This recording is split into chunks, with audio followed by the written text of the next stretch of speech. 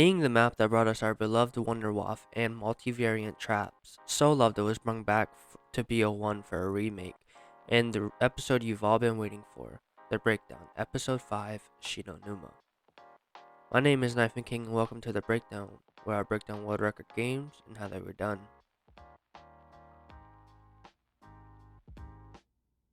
Now before we get into this, I want to explain a few things to help make understanding this video a bit easier for the less knowledgeable. Now most things on the map are made of what's called entities, and you can remove some, like on 5, breaking all the windows removes 180 entities. Which makes a difference because the entities get snapshotted, which is like a screenshot, and after a certain amount of these the game will reset back to round 1. This is referred to as reset, and this happens around 80 hours on Numa. Now to my final point is that you can measure the speed of a strategy. We use what's called SPH, which means seconds per horde. That is just how many seconds it takes to kill a full horde of 24 zombies. Okay, that is it. Now let's get into the world record and how it was done.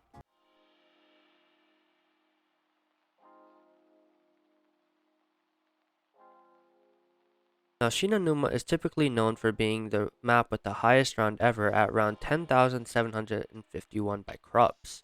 But today I want to look at arguably the hardest map in zombies if played to its fullest potential, and that is BO1 Numa. Now you may ask, what causes this map to be so difficult? Well, to put it in perspective, 7 years ago, a player known by your adopted loaded up Numa. He started off the game by getting set up, getting his perks, his weapons were the monkeys, the Wonderwaff, and the ray gun.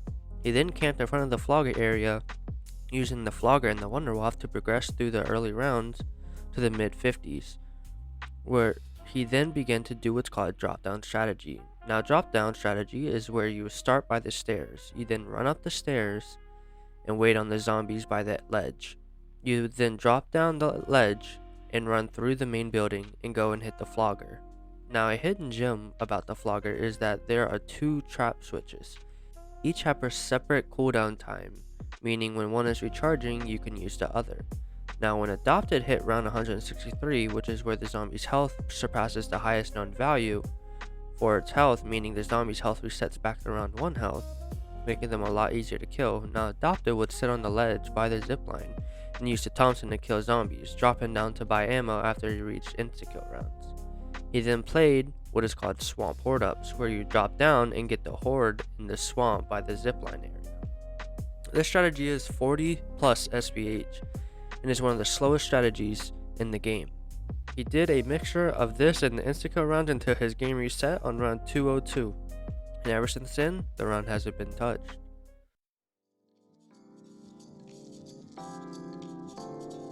Now the most ironic thing is that this record is one of the most pushable records in zombies. This map is believed to be possible to be pushed to around 245 and upwards. This is 43 more rounds. That is insane. To put this into perspective, you can play Adopted's exact game just turning off one setting and you will beat their world record.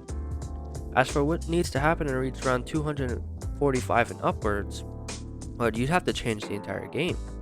Since this game was played 7 years ago, of course there has been massive improvements to the game. Now in order to reach around 245 and upwards, you would have to restart for double tap in the hut by the flogger. You would then have to get the Wonderwaff, ray gun, and monkeys before the box moves into the fishing hut. Here you would then play an STG hut until the 50s. Then you would move to the flogger and play there until around the mid 50s, where you would start a faster version of drop down strategy. You would do this until around 163, where instead of playing the ledge, you would play the STG hut. This is much faster than any other insta-kill strategy. Now as I do my best to explain, I want to have some of the best Numa players to talk and explain more in depth.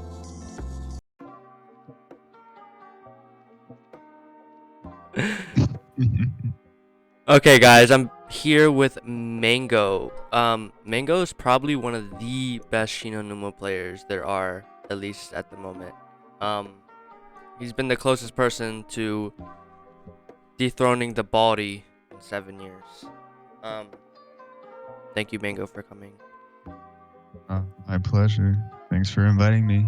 Okay, so I have 3 questions to ask you. I'm gonna go ahead and start off. What goes into the optimization of Numa?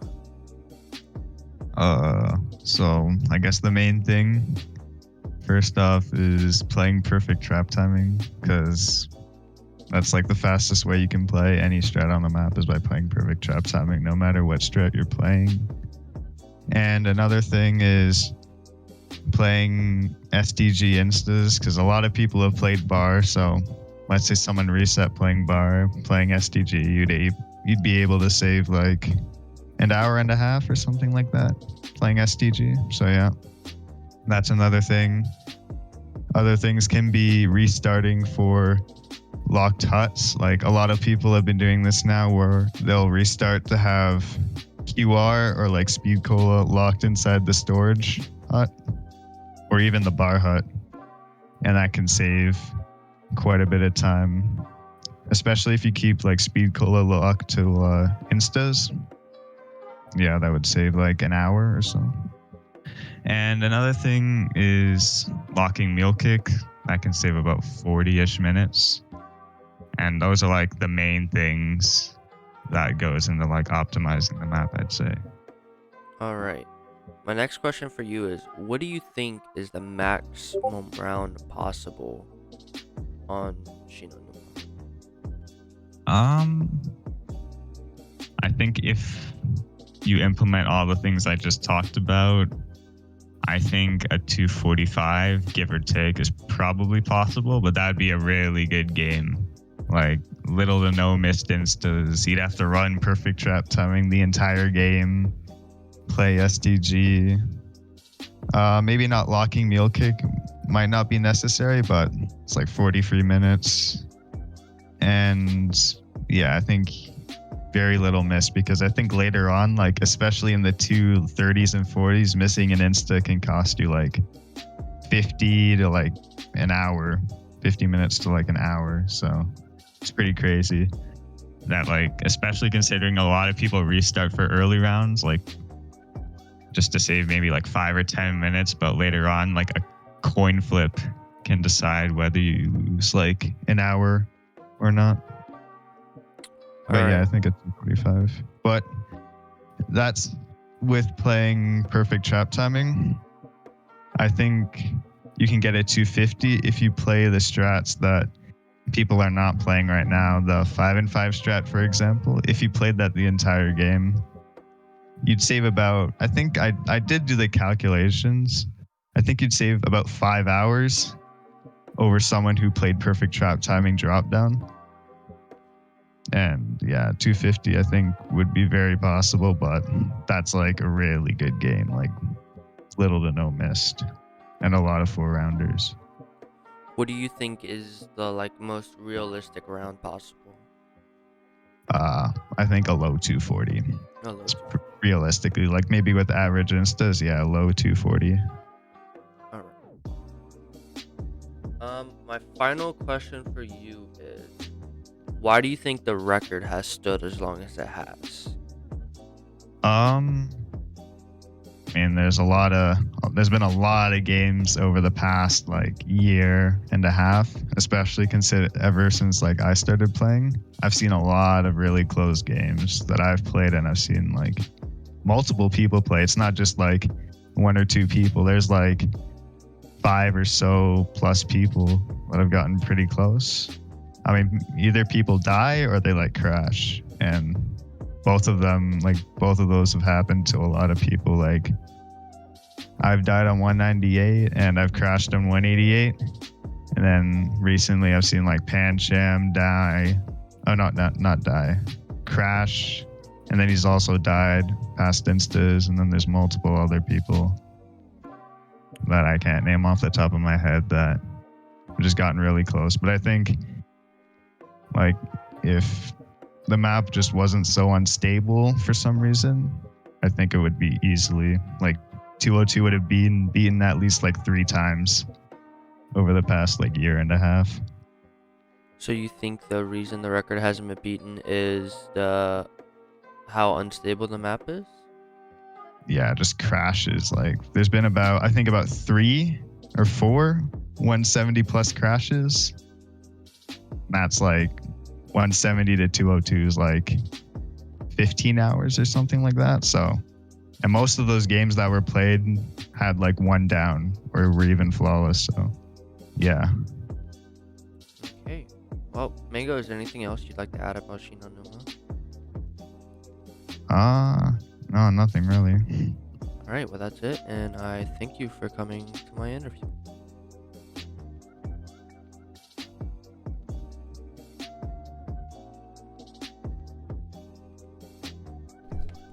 Okay, so I'm here with Furret for a second ever time on the breakdown. Today we're going to be asking about Shi no Numa.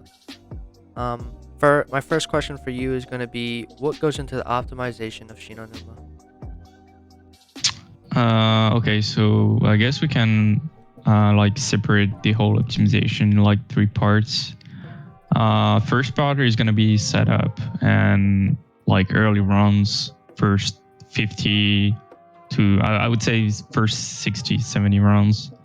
So like for the early setup, you like the very basic setup on Chinuma is just getting WAF monkeys and Reagan before the box moves to fishing hut. But after like a few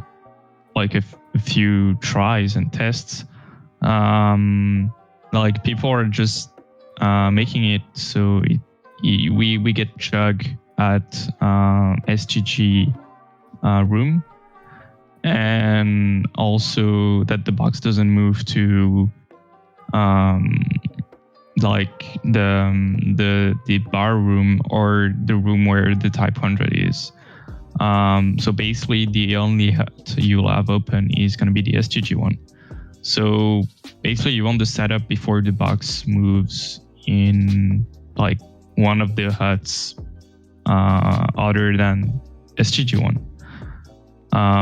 So like the goal of this is gonna be helpful for the second part of the optimization of the map. So like the first part is just gonna be camping as at SGG for the first, I would say around 50 rounds. Like depending on your drop, like you can camp to 50. Like the highest I've been able to camp to is like 56 or 57, something like that. I think Slayer 2. So yeah, basically, if you're able to camp SGG room as long as possible, it's gonna be way faster. Like the second part of the first part, I would say, is gonna be running suicide strat, flogger with like WAF and getting drops with extra biddies and still Reagan again. Until I would say until 65 at the most. Like after, like if you use only like if you don't even have enough WAF shots and stuff, you're gonna end up losing time because you won't be running it optimal. So yeah, that's the first part. The second part would be running perfect trap timing whole game. Not talking about instas. So like perfect trap timing, but like there's like a perfect way to run perfect trap timing. Because basically if you run perfect trap timing, but all of the zombies are like very close to you when you run, when you hit like the bad side. I would say the bad side of the trap, because you miss a lot of zombies. Because like the flogger is not as effective as if you were hitting it from the first side. So like if you hit the trap from the second side, even though you have perfect trap timing, if all the zombies are behind you, then it's not going to be effective at all, because you'll be missing like half the horde and lose a lot of time. So like you also have to pay attention about your timings when you drop down from up the stairs, like from the zipline platform, I would say. You have to pay attention about the timings on when the zombies are gonna cut through, because basically the longer you'll stay in the room before you reach Thompson, the easier it will be for you, because the zombies are not gonna cut through and come at you directly before you hit the trap. And also you'll have a longer distance between you and the zombies and be able to kill them more effectively, and basically it's gonna make it easier and more effective. So I would say that's the second part. That would be also more optimal if you keep jug only until 163. So you would be able to play until reset. I mean until insta kill rounds with only one perk on the map activated, which means less entities and also faster spawns, because like the zombies are not gonna spawn from the swamps of the type 100 or from the bar room, as an example, which will make it much faster. And the third part is going to be insta-kill rounds. So basically, if you want to run the fastest strat on Shin and Numa, people are believing that often SGG is too hard or that type 100 is faster. Like, both are wrong. Basically, type 100 is even played, like the fastest round I've seen in type 100 was 15.6 SPH, I think. When I tried SGG, it was around the same SPH. Like, I tried it like once or twice, I don't know, something like that. Didn't really try to run very fast and everything, but it was the same SPH at the time. And like, I knew that you could like run it much faster if you were shooting more outside. Like if you had like kind of a pattern to run the strat. So basically, if you run SGG really fast and like very optimized, you can get it probably at 15 or sub 15 SPH, which would be the fastest insta-kill run on the map. I mean, the fastest insta-kill run strat on the map.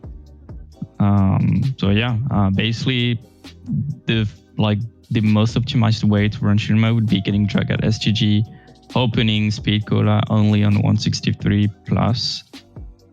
And like, if you're really crazy about it, then just don't take QR whole game. So having luck cure as well. But that would be like insane. So yeah. All right. So my second question is, what do you think the max round possible on the map is? Now, I kind of split this into two things. I say max round possible realistically and max round possible theoretically. Shiruma is the map on which it's like there's the most like unknown on it, basically, because it's a map on which no one got reset. We can't really judge by comparing times to another fast games that could have been to like, I don't know, let's say 240 something.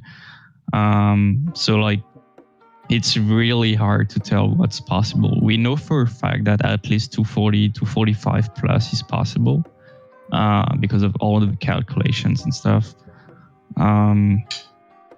I don't really like saying max round for a map because, like, in my opinion, there's never a max round. You can always be a little bit faster during the whole game. But I would say that at least 245 plus is realistically possible. And I would say that the unrealistic round really pushed would be like 250, 255, somewhere around that. All right, that lines up. Mango said around the same thing in his interview. He said around that, yeah. All right, now my final question for you is you've kind of already explained it, but can you explain why leaving certain huts closed affects your game? So there are actually two, I would say, effects on leaving a hut closed. Basically, first of all, we always keep the fishing hut closed, and we know that we won't double tap in it because double tap is kind of useless. So that's the first goal of keeping this hut closed, is to make the strat faster and make the strat easier as well. Second, we want to keep as many huts as possible closed to make the spawns faster, as I explained before. Like, you don't want to have like zombies from the other side of the map spawning, and you don't want to wait for them.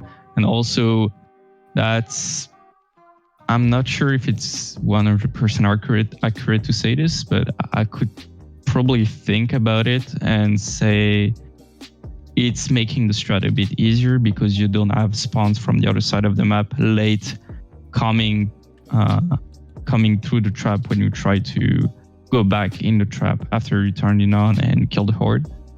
So that could actually make the strat easier and of course faster. The other effect is basically, since the perk is not spawned until you open the hut, basically you'll have some entities which won't be active. I think you only remove one entity. I'm not actually sure about that. Maybe two, maybe I'm wrong. But yeah, like basically you just kind of remove the perk machine if you don't open the hut. So that's also extra time save depending on which machine as well. So yeah. All right. Do you have anything else you'd like to add about Numa that you haven't said or want people to know? Shinrama is probably the hardest map on BO1, realistically. That have been proven to be able to be like, basically people are able to play perfect drop timing to reset. I think like it will be done at some point, which is why Shinrama is, in my opinion, the hardest map, like ever, like on any game. But yeah, like except maybe very good strat,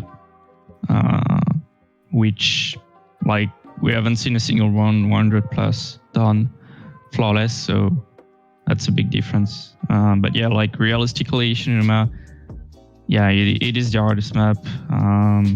The day that's when someone will reach 240 plus, it's gonna be very impressive record. And yeah, like being able to play 100 plus hours of this, I mean about 100 hours of this thing, it's gonna be something. All right. Well, Ferret, I thank you for the interview. Yeah, no problem.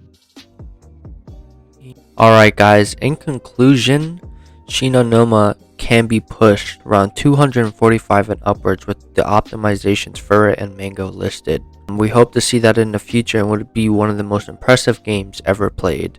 That's it for Knifing King and Breakdown Episode 4. I thank you all, I love you all, and I'll see you in the next one.